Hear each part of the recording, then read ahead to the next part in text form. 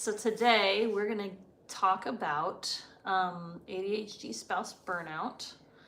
And just want to clarify a couple things right off the bat. First of all, neither of us are professionals. We're not medical professionals. We are not psychological professionals. We are just a couple who has been navigating life with ADHD for, well, ever since I knew you, really. So we're talking 20 plus years. Whether we knew it or not, right, we were navigating it. Right. That's important to note, Yeah. too. Yes, we didn't know Brian had ADHD until just about 6 or 7 years ago. But the signs were there. Yeah. So we've been navigating it really our entire time together. And that's what we're going to talk about a little bit today. Yeah, actually, I find myself very fortunate because my wife started learning about ADHD before she even realized that she was courting someone who had ADHD. And before she knew that over half of our family would have some type of neurodivergence. Right. So we were able to get started in the get-go. I have the fun task this Saturday of being able to ask how it affects my wife. Pray for him, because I'm going to do my best to say this in the nicest way possible. Yeah. And honestly, I don't think it's going to be that difficult because we've talked through a lot of it. Yeah. But this is a really dicey subject because, especially with neurodivergence, if you know anything about neurodivergence, you know that it's really hard to understand who you are and what's going on when you seem to be a square peg and you can't get it into that circle hole, right? Yeah. And everyone is expecting, well, why can't you fit it into the circle hole? Right. And so a lot of people with neurodivergence, they have a lot of baggage coming in. And so then when the person closest to you is being affected by it, how do you have that conversation? So we're going to get right into that. First of all, what is ADHD spouse burnout? That's what we're talking about. But what is that, honey? So the term that we're talking about here, it's really talking about the fact that if you are married to someone with really any kind of neurodivergence, but since ADHD is the one that we deal with the most often in our household, that's the one we're talking about today. But when you are married to someone whose brain on a fundamental level works differently than yours, there are some hidden costs that you don't necessarily recognize at the beginning.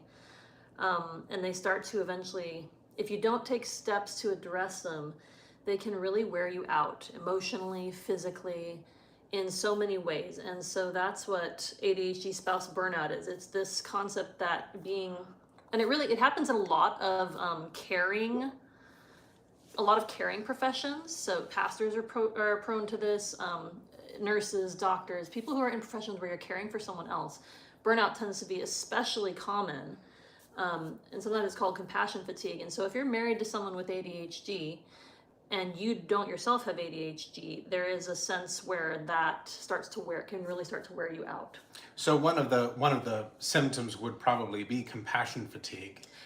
Yeah, absolutely. So a lot of things that you see with caring for someone, you see especially with ADHD, burnout. Right. I think probably the question that jumps into a lot of people's minds, came to mind right away for me was, well, how different is that with dealing with people in general, dealing with your spouse, dealing with your kids, when we're, every relationship has its arguments over how do you fold the laundry, or why does this person always leave the laundry on the ground, and right. How is it that it always is that the Amazon boxes get emptied but never actually thrown away, all of this stuff. Maybe I might be risking something by saying that one, but you're fine. But and especially in our society today, there's so much about men not sharing the mental load. Right. So how's that any different with burnout, with ADHD burnout? So I think the biggest difference is that our society there's still a stigma around ADHD and other mental health challenges. And ADHD is a developmental disability, but it carries with it so often so many mental health challenges. I mean, the occurrence of comorbid disorders with ADHD, things like also having depression, also having anxiety, also having OCD, a lot of these other things that we consider mental health challenges frequently come alongside ADHD. And so a person who is married to a partner who has ADHD, they're going to be dealing with the side effects of those things. And it's not that the spouse without ADHD is a caretaker per se. It's not that. It is a fact that things are going to look different in their house in ways that our society isn't really built for. Yeah. And so, yeah, if you're not aware of that and you don't take good steps to support yourself through that process, it's super easy to burn out.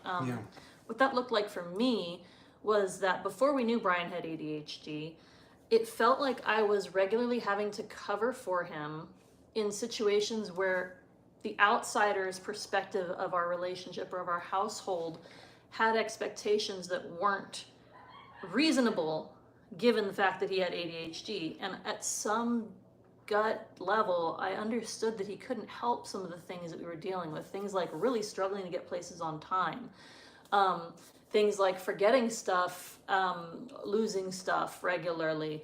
Stuff that a lot of people in our society who don't have ADHD might be able to do without a whole lot of extra support and effort.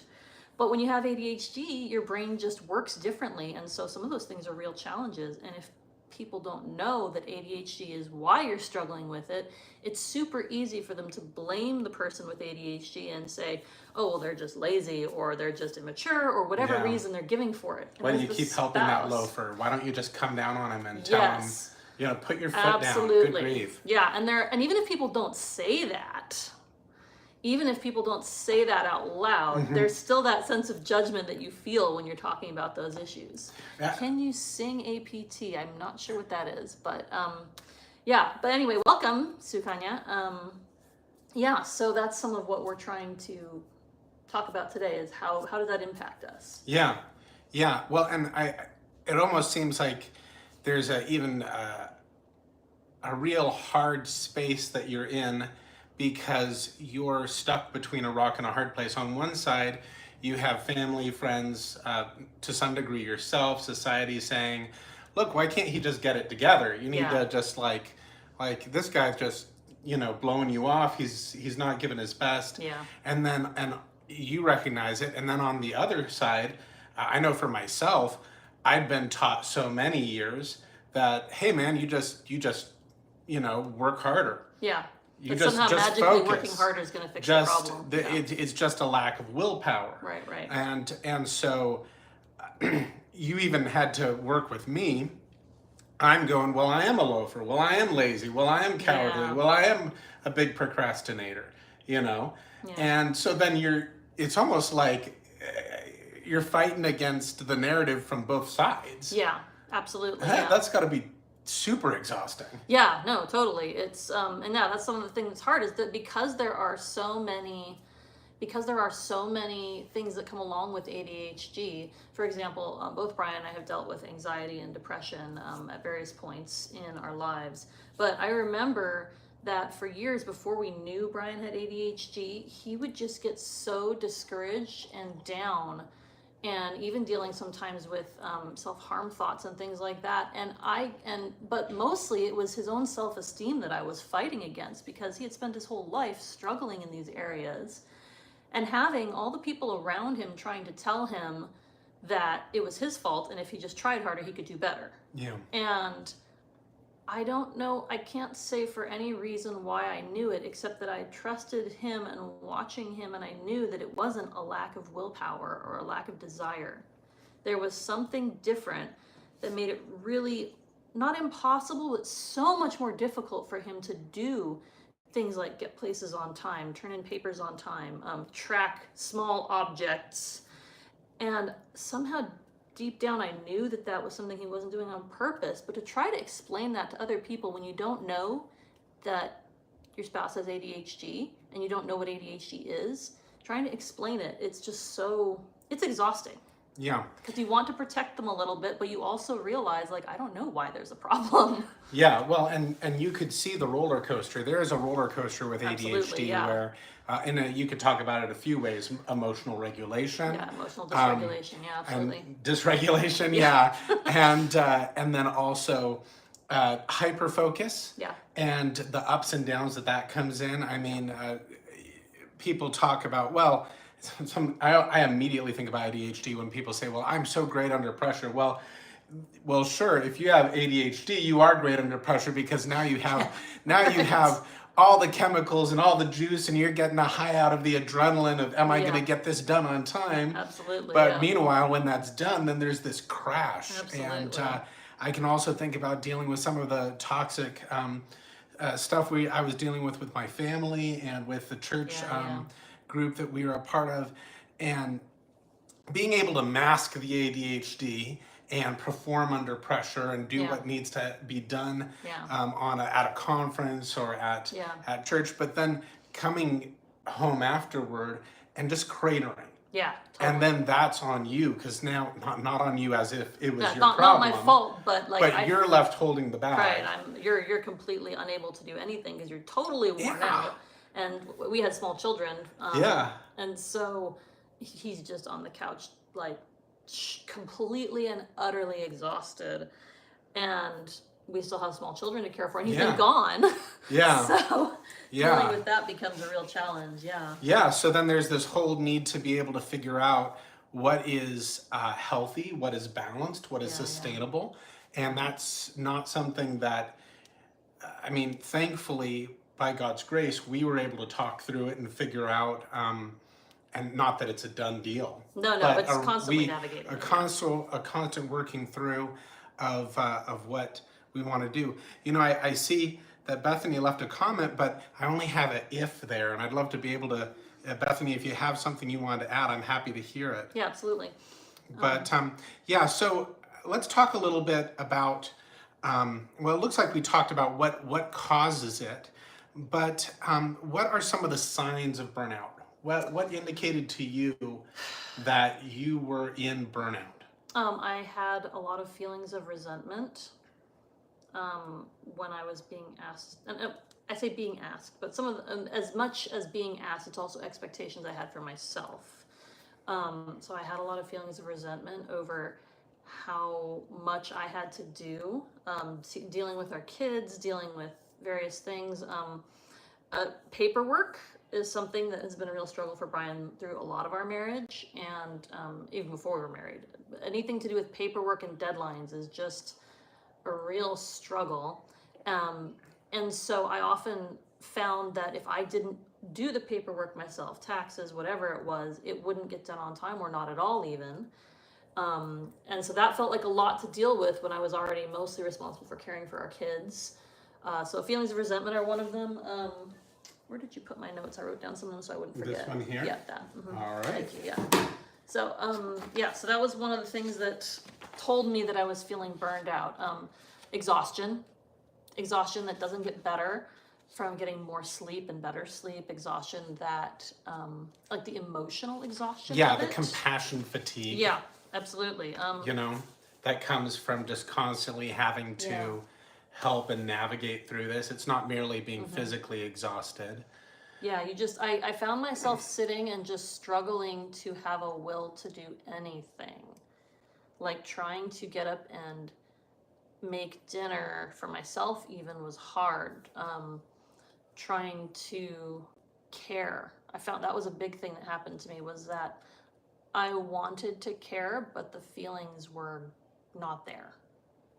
Like with and I started noticing it with people other than with Brian. I started noticing it with my kids, where sometimes they would hurt themselves and I would just be like, oh, well, that's too bad. And like I couldn't Yeah. summon, and I knew that there was something wrong. That was one of the biggest indicators to me, was that I was unable to feel compassion for anyone else, because it was like my compassion button got broken. You're so I don't depleted. know how to, yeah, and I Yeah. don't know how to express that differently, but it was, yeah, you're so depleted. Your cup is just dry, and Yeah. there's no way to fill it because it's just been dried so much. So those were some of the signs I noticed. Yeah, just, and I'm trying to make sure I don't miss anything here that was really obvious. Feeling isolated and lonely, that was a really big one too. Feelings of loneliness, feelings of isolation. One, because I didn't understand the problem we were actually Yeah. facing. Yeah. That was a big reason. Yeah. But also, nobody seemed to get why we couldn't just get ourselves together. Mm-hmm. And it was so frustrating because I knew that he wasn't doing it to be difficult or lazy. Like I Yeah. knew that because he constantly felt guilt when he wasn't doing something. Yeah. I think that was the biggest thing, is the constant feeling of guilt and shame when he wasn't doing some kind of work. Yeah. But I knew reasonably that everybody has to rest sometimes. But Yeah. he struggled. Brian struggled to rest and to even to go to sleep at night and to stop Yeah. working long enough to sleep. And so it really makes you feel lonely when you see how hard your partner is struggling and you don't know why, and everybody else tells you that you're being ridiculous, that you Yeah. should not stay with him, that you should not let him have that much slack. But you see what they're going through and you're like, no, they need this. I don't know why, but they do. So yeah, the isolation was a big thing. Yeah, and I think there's a lot of confusion too, because we were highly effective in what we still got lots done. We were highly effective. We did, we visited church groups all over the United States and traveled Canada. all over the country with our kids. I was one of the premier teachers. We were great parents. Yeah. However, the thing is that it was like, I don't know how to put it. It was. We were having to drink a lot of caffeine and sugar. 2 steps forward, 3 steps back, 4 steps forward, 3 steps back. It was really difficult, and you kind of wondered, well, how is it that this is happening? And for folks who could see it, there was just something weird, and we could see it too, but we were just trying to figure out, how does that work, and what is it that how can it be so effective and yet also so disjointed? It's hard to express. Yeah, well, and something else too was my body started noticing. My body started giving out. I started getting constant migraines. I had them 5 out of 7 days a week. Yeah. I would lay down and my heart would be racing, and even though I was exhausted, I couldn't stop myself from stressing and worrying. So those were some of the things that helped me to know that I was burned out. I lost all interest in things that I usually loved and enjoyed. It was hard for me to read a book that I liked. It was hard for me to enjoy movies. Yeah.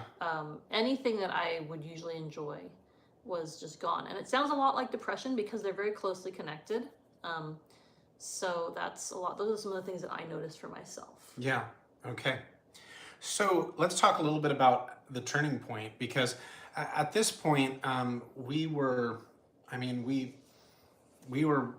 working, we began to start recognizing that there was just nothing, that we couldn't go on living this way. That was about 2013, probably when it was at its worst. Yeah, that was the crisis point where we realized something had to change. Yeah. And so we moved to a new state closer to my family, and we left the current toxic church that we were in. We didn't leave the denomination, but we left the church that we were in locally. So we made some changes, and we were still struggling, and you started getting professional help. Yeah. And so that was helpful. You started getting counseling, you started attending a support group, and so that started us realizing, it really increased Brian's self-compassion to start doing those things, because he started to realize that there were things that maybe he couldn't help. And then in 2017, I started going to counseling, and the thing that made me start going to counseling was the recognition that my compassion for my children was severely limited, just because I couldn't summon it. It was just gone, that feeling. And so that was the thing that made me decide, okay, this isn't normal brain-wise. I should go to somebody, a professional. And going to counseling, and we started to learn to have compassion for ourselves. We started to understand a lot of things about how we had grown up and trauma and various things. And we also were we homeschooled our kids, and we also were dealing with watching a couple of our kids really struggle in ways that didn't seem quite right. We had a daughter, we have one of our daughters, she's the inattentive type. And before her diagnosis, she would just be in a book, and you could set off an explosion next to her, and she would not blink. And the same thing would happen too if she was in a conversation. Yes. Like if she had a thought, she was going to express the whole thought, every word, every syllable, every letter, and there was no way to stop her. You could wave your hands. No interrupting. You could. She could not. She could not stop voice what she was saying. Yeah. it was automatic. Yeah. It was automated. Like there was nothing you could do. Yeah. And I remember that being so hard because for you were exhausted. Yeah. For me, it was a different thing. I felt enraged because what I had learned was what you do when a child is acting like this is you get angry and you shame them. So I got angry and I shamed them and all of this mess. And you know, I hope this I hope hearing about this encourages someone out there that you can have hope even in a mess. And that in God's grace he will bring you out of it. And as you push through and seek to find the sources, there, you know, like mess is life. However, you know, God meets us in our mess and he can bring us out. Yeah. And, but it's scary and it's exhausting. Yeah. So so anyway, realizing what she was going through, I had often suspected there was something different with that child and with a couple of our kids, but I had no proof. And so I finally started pursuing the possibility of a diagnosis for ADHD. Because hers wasn't the typical ADHD, and so that's why it wasn't immediately on our radar. But as we started looking into it, then when she did get an ADHD diagnosis, I dove deep into the research and started reading a lot of things to try to understand how to help our daughter. And in the process of reading the book Driven to Distraction by Ed Hallowell and John Rady, I recognized Brian in the descriptions of college students. There were things that were described in that specific cases that Dr. Hallowell describes that helped me realize, wow, this sounds so much like my husband. And so we had him take the test, and we had him, and we had our other daughter take the test. And it was funny because the oldest of our daughters, she also is hyperactive ADHD, but when she and Brian both took the test, it was almost identical. They took it separate from each other, and their answers were almost identical to the question. Yeah. So on that, I wonder, it was one thing to consider that your daughter would have ADHD. Yeah. She's a minor. Yeah, sure. There's a lot that you can work through, a lot of opportunity. You have a responsibility for her. Right. Was it any different? What was it different facing the fact that maybe your adult spouse would have ADHD? Yeah, that was totally different. So it was kind of a light bulb moment of, wow, all these things that I thought, all these issues we've been having, they all seem to have an answer. The ADHD seems to account for a lot of it. And so there was a sense of relief, understanding that there was a reason. There was also a huge sense of grief. Some of it was recognizing how badly my husband had been treated for so much of his life for something that he couldn't do anything about, the ADHD. But the other part of the grief was the understanding that because this is a neurological difference, having ADHD, attention deficit hyperactivity disorder is what it's called currently. Having ADHD, it's a physiological brain difference. It's a neurodevelopmental disorder, and it's a brain, like your brain is just built differently. It functions slightly differently than most of the world. And realizing that that's what was the cause for so much of our relationship challenges, there was a sense of grief there because now I knew with certainty that he wasn't going to grow out of it because it wasn't an immaturity issue, and that it was not a character issue. It wasn't something he was choosing. It wasn't something he could change about himself. It's as much a part of him as a person who has to wear glasses because they're nearsighted or farsighted. It was as much a part of him as someone who has diabetes, who has diabetes and has to use insulin. Yeah. Like, it's that kind of a condition. And if you don't, when I realized that, I had to come to terms with, this isn't going to go away. Yeah. It's not something that can be cured. And I think a lot of times we're hoping things can be cured, fixed, adjusted for. So that part was really hard. But the nice thing about grief, nice, I don't know, maybe it's not the right thing. But Grief is hard, but good. The Worthwhile. the positive result of grief is that when you work through it, you do eventually come to acceptance. And acceptance is a beautiful place to be. And it's hard to get there. I'm not saying it isn't. There are days when other aspects of grief, the anger, the frustration, the bargaining, the sadness, those still hit sometimes with regard to Brian's diagnosis. But acceptance is where all the happiness happens, because I'm not wondering anymore what's going on. I have a reason. I have an understanding of what he's dealing with. And so I can actually, it's that phrase from AA that is just super helpful. It's, God grant me the serenity to accept the things I cannot change. Right. And wisdom courage to change the things I can, and wisdom to know the difference. Right, exactly. It's that serenity of, okay, I can't change ADHD. Yeah. There are things I can change that will make this life together better. Yeah. And those are the things I'm going to change. Yeah. So that's where, okay, ADHD is here to stay. Right. How do I adjust with it? Yeah, right? Absolutely. What type of things can be done? Because the fact that ADHD was there was not as much as I remember you mentioning it feeling like a death knell. When you first hear it, it's hard. Which I'll say wasn't easy for me to hear. Yeah, but I had to understand, and right. and it's a difficult thing. Maybe that's a good segue to another question, which is, what is it like? And let me just say, hey, we would love to hear your experience. Yeah. Where are you at? Right. What questions do you have, or what insights can you share with us today about this and about those who are watching? Yeah. You came to an awareness of this before I did. Yeah. And then, in addition to that, you came to an acceptance of this before I did. Right. And that was quite a process. Yeah, it was. What was that like?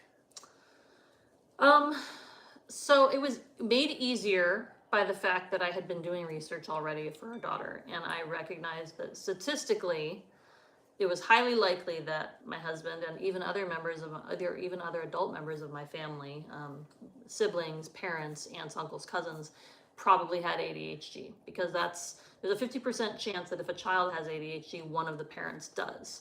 So having that helped with my adjustment period, because I had done, you were busy doing a lot of other things, and I'm typically the one who goes and researches the at-home problems, for lack of a better phrase. When there's an issue in the house, I'm the one who typically goes, okay, how do I solve this problem?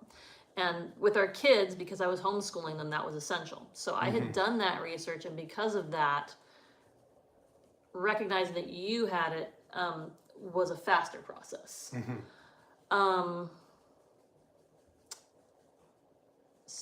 Okay, so where were we going with this question? Yeah, so how we got there. What was it like to be ahead of me in this process? And maybe a follow-up question to that is, how do you navigate the very complicated process of educating your partner or communicating with your partner about ADHD when he's been told for years that he is the problem? Yeah. We had to walk through this journey, and it wasn't one day or 1 week or 1 month. This was like, I'd say probably 2014 to 2017. This process of, or you remember the dates better, into the 2018. It was a process coming to recognize that I had it, and then coming to recognize, well, what did that mean, and was that okay? Yeah. And how much of it was, I had so many matters that I was working through that are related to ADHD, anxiety, depression, addiction, all of these types, self-contempt. Yeah. And all of those are connected to ADHD, but they're also connected to other things. And so there's this untangling of trauma and also physiology and relationship and dynamics. That's very complicated. The spiritual aspect of that. Well, I'm taking forever to get here, but how did you navigate that in talking with me, and how would you encourage someone to do that in talking with their spouse? Because it was hard at times hearing your ADHD impacts me. Right. Yeah. You know? Yeah, that's hard. Yeah. And, you know, like, I get it, but it's also hard. So I did a lot of feeling statements. Just to talk really clearly about communication practices and communication strategies. I talked a lot about my feelings. But I also recognized, I went about it slowly. I didn't expect there to be an immediate, well, I know that you have ADHD, and so now this is what I want you to do. I knew that wasn't going to work. That always works in relationships. Yeah. Here's what you got to do. And the Read hard this thing, book and it'll fix you. And the hard thing about any situation like this, where one partner recognizes the other partner is in need of something, is that you have to be willing to recognize that your partner has to choose to change. You can't change them. Yeah. The only person I can change is me. Yeah. As a parent, I can influence my kids' environment and hopefully help them to change. And the same thing is a little bit true with your spouse, that you can influence the environment so that they have every support possible for possible change. Yeah. But you still have to go about it carefully, because they're an adult and they get to choose whether they want to change. And so some of it was educating, talking a lot about what I was learning about our daughter's brain, talking a lot about how I was seeing parallels. Something we've always done is when we're reading books, we each are book readers, and when we're reading a book, we'll often talk with each other about our insights. Yeah. Talking about it with my own counselor, that I thought this was a factor, and having her help me walk through how to approach different things, specific topics. So that was helpful too. Also, just a lot of assuring Brian that I knew that the ADHD part was not something he understood or could control, but posing it as I want to support you because I've seen how much this impacts your heart, how much this impacts your own self-esteem, and I think these might really help. I think some of these tools would really help. Yeah. So recognizing that it's not just about helping myself here, it's about, I want my partner to experience the best of life that's possible for him, and not to be hindered anymore by something that we could actually do something about. And so that was one of the things that really, I think, was helpful for both of us. Me being very clear that this is not judgment. I don't see this as a moral issue at all. I disagree with all the people throughout your life who have suggested that you are lazy, irresponsible, whatever. All the words, folks. All the stigma around people who have ADHD before they realize they have ADHD. All those things that they're telling themselves they are, and the other people are telling them they are. I reject those completely. You are not lazy. And I would give him evidence how I know he's not a lazy person, how I know he's not irresponsible. Look at all these things he does do and has done. Well, and just as important, at those times in which I was lazy, like legitimately, or I did not do well, you were just as straightforward on that too. Sure. So there was a very clear delineation. Yeah, your expectations can call someone to something higher when they're approached as encouragement. Yes. And that's something that I've really, throughout life, I've tried to learn how to encourage and inspire rather than condemn and judge. Yeah. So that's been a lifelong work for me that I've been trying to do. And so I used all of that to suggest to my husband that he look into it. Yeah. He made the choices to go do that. Yeah. Brian decided to go to the doctor, decided to take the assessments, decided to have those conversations with his doctor, with his counselor, and pursued all of that. And then eventually, as we started talking through it and realized that this seemed to really be a factor, we talked about the possibility of him taking medication.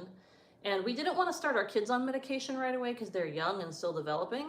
But with Brian, he's already gone through 30 plus years of life learning all the coping skills. Like he's got all the coping strategies and coping skills to help with the executive function issues. So we knew we knew that we had hit the limit of those types of things, and we had to try something new. And so that's why we decided together, we decided, okay, well, let's give you a shot at this medication and see how it goes. Yeah, and I think it's really important just to underline something, that we are not saying that it is the spouse's responsibility or power or capability in any way to force the other spouse to recognize and address their ADHD. Absolutely. You cannot do that. Oh, yeah. You certainly can help the process. I came to recognizing my ADHD on part from Jennifer, but also because I had already been addressing matters of addiction. And it's very common for people who have ADHD to also have one or more addictions. And especially if they're undiagnosed. Like if exactly. they've gone through childhood undiagnosed, Yeah. it's super common for them to have found an addiction to cope with that. Exactly, as a coping ability, which has to be obviously dealt with and worked through. And so while I, prior to us having these conversations, I had already been in counseling for a number of years, already going to support groups for my, my recovery from addiction. And I was running across people who had ADHD, and I was actually hearing about these connections. And so there was already this cultivating that was happening over days and weeks and months. That said, your willingness to know more about it and your compassion was critical. Yeah. And I don't think I would have had the bravery and the courage to push forward if I didn't have that. So what a spouse's support is critical. However, it's not. It ultimately is up to what the person with ADHD decides to do. Yeah. So before we get there, before we probably should start wrapping up. I see we're at 8:37. Are there any questions? Those of you who are watching, we'd love to hear your questions or comments on this. If you are living with someone who has ADHD, or if you're the spouse with ADHD, we'd love to hear your questions and thoughts here. Yeah. What's next? So I think maybe we'll do one more question and then a wrap-up question. What did you notice a change when I began taking medication? Oh yeah, 100%. We both did, but I mean, 100%. There was more ability to follow through on things, and it's important to notice that it didn't cure everything. But I had already known Brian for 15 years, 16 years by that point. So I had lots of experience with how ADHD was already impacting his life. I didn't realize sometimes that that's what it was, but I knew those sorts of things. And immediately when he started taking medication, one of the things I noticed was that he seemed able to follow my conversation better. I sometimes struggle to speak. I take my time when I talk. And so that was a big change. He was able to follow my conversations, remember what I said, follow through on things a lot better. One thing I didn't anticipate was that his sleep got better, which is counterintuitive because he was taking a stimulant medication. Yeah. So you would think, to me, if I take a stimulant like coffee, that messes up with my sleep. But when he had the stimulant medication, suddenly somebody who had been a restless sleeper all through our marriage, to the point where we had to change things in our bedroom, like we had a Tempur-Pedic bed so that it would absorb all the motion. Yeah. Because otherwise I wouldn't sleep. Things like that were changed when he started taking medication. So there were just so many ways. Those were a couple of really notable ones. And we've had to adjust medications throughout, and each time we've adjusted, things have gotten a little better. And I feel like we're in a great place with it now, because now he's got a long-acting one, and we don't notice the emotional dips when the medication wears off. Yeah. It's so much better to have kind of a steady emotional state throughout the day, and we never realized how much of that could be helped by taking medication. And we're not saying medication is for everybody, definitely not. But if it's something that your spouse hasn't tried yet, if there's a willingness, definitely consider giving it a shot, because it can make such a huge difference. But medication or medication and education, or or just education. Either way, there was now the capacity to be able to recognize what is achievable and to set goals, and also to have a healthy degree of accountability, because now there was the recognition that here is what can be done, and I'd like you, Brian, to do this. Right. I remember, and we'll I think in a later conversation we'll get into the particulars of boundaries and things. Absolutely. But you know, there is that question of, have you taken your medication? And if not, well, why not? And what do we need to do to make sure you take your medication? Yeah, and not in a judgy way either, right? You didn't refill your medication? Well, we need to talk about this. And I'm not sure I'm okay with you driving if you're unmedicated. Yeah. Those are hard questions, and yet they're adult questions, and that's okay. We'll have to save that for another time, but maybe as a final wrap-up question, if let's say we have a spouse out there who is already burned out. Yeah.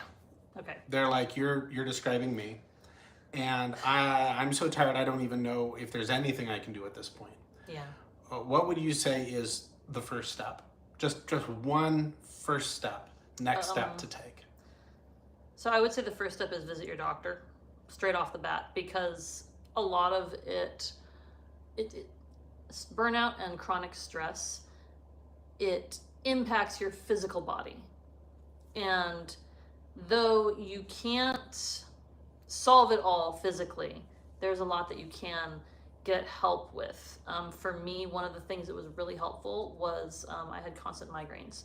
So, and that we've realized finally was partly due to the burnout and partly due to the stress I was under all the time. Yeah. And so getting help for the migraines, it included one of the migraine medication I'm taking is an antidepressant, but it also helps with migraine.